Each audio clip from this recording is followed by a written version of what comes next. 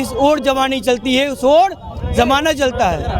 अच्छी तरह जान रहे हैं कि परीक्षा में धांधली हुई है और परीक्षा माफिया को बचाने के लिए सरकार परीक्षा को फिर से दोबारा नहीं करवा रही। आप भी सोच सकते हैं, हम लोग तो एलिगेशन ही लगा सकते हैं ना कि ये चीज़ गड़बड़ हुआ है। मुजफ्फरपुर गया था, मैं बोलता हूँ, मैं जिस सेंटर पे था वहाँ का आप सीसीटीवी कैमरा निकालिए। राष्ट्रीय सागर के डिजिटल प्लेटफॉर्म पे आपका बहुत बहुत स्वागत है। मैं आपके साथ रोशन कुमार। देखिए, बीपीएससी 70वीं का जो है मामला अब थम नहीं रहा है। इससे पहले भी जो है परीक्षा हुए, फिर से छात्र जो है री एग्ज़ाम की मांग को लेकर अभी तक डटे हुए हैं, लेकिन फिर से जो है पुनः परीक्षा लिया गया पटना के परीक्षा केंद्र का। और यहाँ पे आप देख सकते हैं कि पटना के गर्दनी बाग से जो है अभ्यर्थी, बीपीएससी के अभ्यर्थी जो है निकल चुके हैं और वीरचंद पटेल मार्ग से होते हुए जो है बीपीएससी आयोग जो है वहाँ लोग अभ्यर्थी जा रहे हैं। और यहाँ पे अभी इनकम टैक्स गोलंबर पे जो है और जगह जगह जो है बिहार पुलिस कर्मी की जो है तैनाती भी की गई है। साथ ही साथ यहाँ पे जो है कुछ अभ्यर्थी भी है और लगातार अभ्यर्थियों का जो काफिला है बीपीएससी आयोग की तरफ बढ़ता जा रहा है। और लगातार जो अभ्यर्थी की जो मांग थी वो मांग क्या थी उस पर भी हम बातचीत करेंगे। एक परीक्षा केंद्र का क्या लग रहा है, आप लोग आयोग जा रहे हैं बीपीएससी आयोग की तरफ?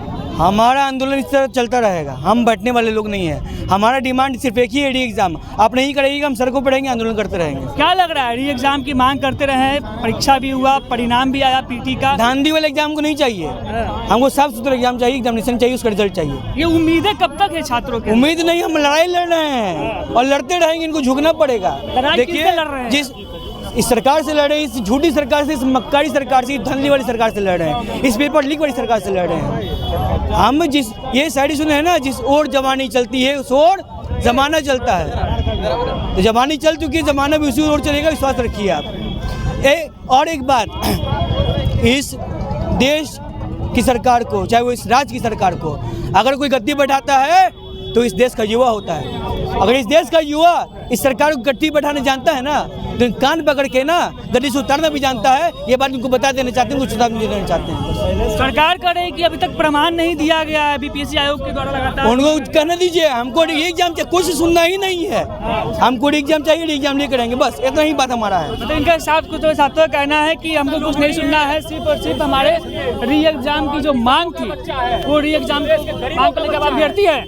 परीक्षा भी हुआ, परिणाम भी आया, लेकिन अभी भी छात्र डटे हुए हैं। बिल्कुल डटे हुए इसलिए हैं कि हम लोग अच्छी तरह जान रहे हैं कि परीक्षा में धांधली हुई है और परीक्षा माफिया को बचाने के लिए सरकार परीक्षा को फिर से दोबारा नहीं करवा रही है और वो अपने जिद पे अड़ी हुई है।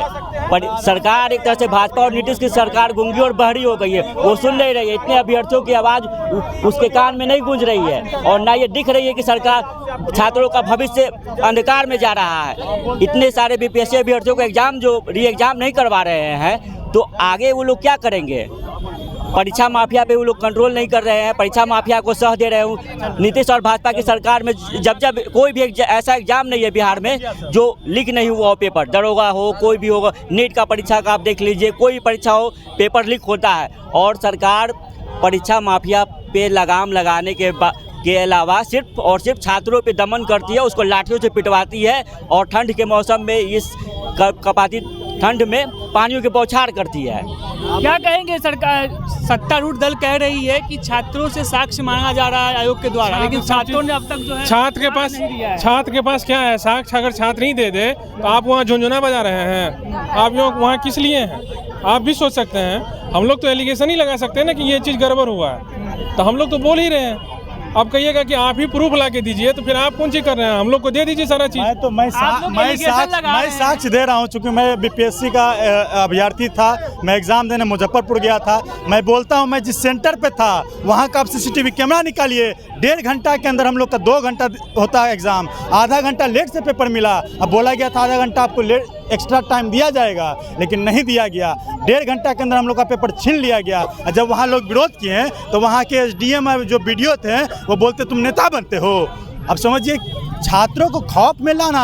और जब पटना में आंदोलन होता है 3-3 बार 4-4 बार लाठी चार्ज करते हैं। ये सरकार जिस तरह से तानाशाही रवैया अपना रही है, हम कतई बर्दाश्त नहीं करेंगे। अच्छा, सत्तारूढ़ कह रही है, उनका एक तरफ ये भी कहना है कि जो छात्र आंदोलन कर रहे हैं वो कहीं ना कहीं किसी न किसी राजनीतिक दल से जो है ताल्लुकात रखते हैं। आप हमको एक चीज़ बताइए, राजनीतिक दल ठीक है, यहाँ देश के अंदर जो वोट देता है वो सब राजनीति करते हैं। ये मत समझिए कोई पॉलिटिकल है।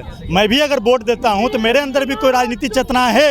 मैं जानता हूँ मेरे अंदर राजनीति चेतना है। अगर सरकार ये बोलती है तो सरकार अपने कर्तव्यों से पीछे हट रही है। यहाँ कोई ऐसा लोग नहीं है जो तमाम विद्यार्थी यहाँ है। मैं विद्यार्थी हूँ, ये विद्यार्थी है। जब हम विद्यार्थी हैं तो आप पॉलिटिकल क्यों बोल रहे हैं? आप पॉलिटिकल मत बोलिए। हम अपना इंसाफ मांगने आए हैं। आप जांच कराइए, जांच में कुछ नहीं निकलता है हम लोग घर चल जाएंगे। 45 दिन हो गया हम लोग को बैठे। 3 बार हम लोग पे लाठीचार्ज किया गया, वाटर कैनन का इस्तेमाल किया गया, तब भी हम लोग शांतिपूर्वक। आज महात्मा गांधी की आज पुण्यतिथि है, हम उन पे सबसे पहले महात्मा गांधी को हम श्रद्धांजलि अर्पित करते हैं इस आंदोलन के जरिए, सत्याग्रह के जरिए। मगर हम कहना चाहते हैं ये सरकार अगर नहीं चतेगी, 2025 आ गया है, 2025 में चुनाव है। हमारे गाँव में आपके प्रतिनिधि आएंगे चुनाव में वोट मांगने के लिए। उनको हम इसी तरह से पानी फेंक करके उनका स्वागत करेंगे, उनको खदेड़ने का काम करेंगे अगर हमारी बातों को नहीं माना गया। आप बोले कि लड़ाई 45 दिन से चल रहा है, सरकार सुन नहीं रही, कब तक ये चलेगा लड़ाई? जब तक नहीं सुनेगी तब तक चलेगा। हम लोग कोई अहिंसक रूप नहीं अख्तियार कर रहे हैं। आप देख रहे हैं 45 दिनों से लगातार हम लोग बैठे हुए हैं, कोई हम लोग अहिंसक रूप नहीं अख्तियार किए हैं। मगर आप समझिए आंदोलन का एक स्वरूप होता है। आप कब तक लोग को बैठा के रखिएगा? कभी ना कभी वो विस्फोट करेगा, और जब विस्फोट करेगा तो आप देख लीजिए दुनिया के सामने इतिहास गवाह है कि जब जब सरकार के सामने विद्यार्थी आंदोलन किया है सरकार को झुकना पड़ा है, नहीं तो सरकार को गद्दी छोड़ के भागना पड़ा है।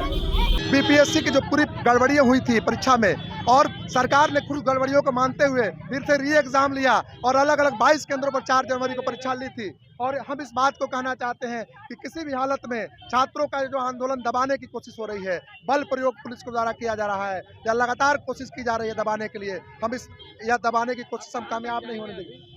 निश्चित तौर पर हमारे साथियों को लगातार रोकने की, लगातार डराने की कोशिश पुलिस के द्वारा की जा रही है। और हम इस बात को कहना चाहते हैं कि आंदोलन यह दबने वाला नहीं है, आंदोलन रुकने वाला नहीं। निश्चित तौर पर आज बापू का शहादत दिवस है और बापू के शहादत दिवस पर हम तो इनकम टैक्स गोलंबर पर हम खड़े हैं।